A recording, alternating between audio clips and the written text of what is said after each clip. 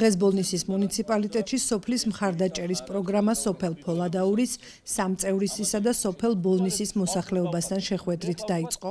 ბოლნისის მუნიციპალიტეტის მერის მოვალეობის შემსრულებელი ბუბა გობეჯიშვილი ადგილობრივი თვითმმართველობის წარმომადგენლებთან ერთად მოსახლეობას შეხვდა და მათი პრობლემები მოისმინა. მოსახლეობა კრებებზე თანხმდება სოფლის საჭიროებებზე და ამ პროგრამის დახმარებით ხდება სამუშაოების შესყიდვა. სოფლის მხარდაჭერის პროგრამის ფარგლებში ბოლნისის მუნიციპალიტეტის მოსახლეობასთან კონსულტაციები და საერთო კრებები დავიწყეთ. ადგილობრივი თვითმმართველობის წარმომადგენლებთან ერთად ჩვენი მუნიციპალიტეტის თითოეულ დასახლებულ პუნქტს მოვივლი, მათგან უშუალოდ მოვისმენ პრობლემებსა და საჭიროებებს. მოვიხსენებათ, რომ მოსახლეობის უშუალო ჩართულობა პრიორიტეტების განსაზღვრისას ამდენად მნიშვნელოვანია. სოფლის მხარდაჭერის პროგრამის ფარგლებში გასულ წლებში არაერთი პრობლემა გადაიჭრა.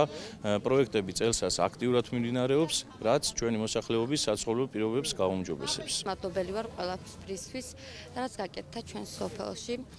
ნამდვილად ბევრი რამ გაკეთდა. ახლა ამ დროს უკვე სასმელი წყლის პრობლემაც მოგვარდა, გვაქვს უკვე სოფელს აქვს სასმელი წყალი, სამწუხაროდ არ აქვს რწყავი წყალი.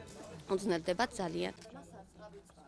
სოფლის მხარდაჭერის პროგრამის ფარგლებში რეგიონებში განსახორციელებელი პროექტების ფონდიდან ბოლნისის მუნიციპალიტეტისთვის 714,000 ლარია გამოყოფილი.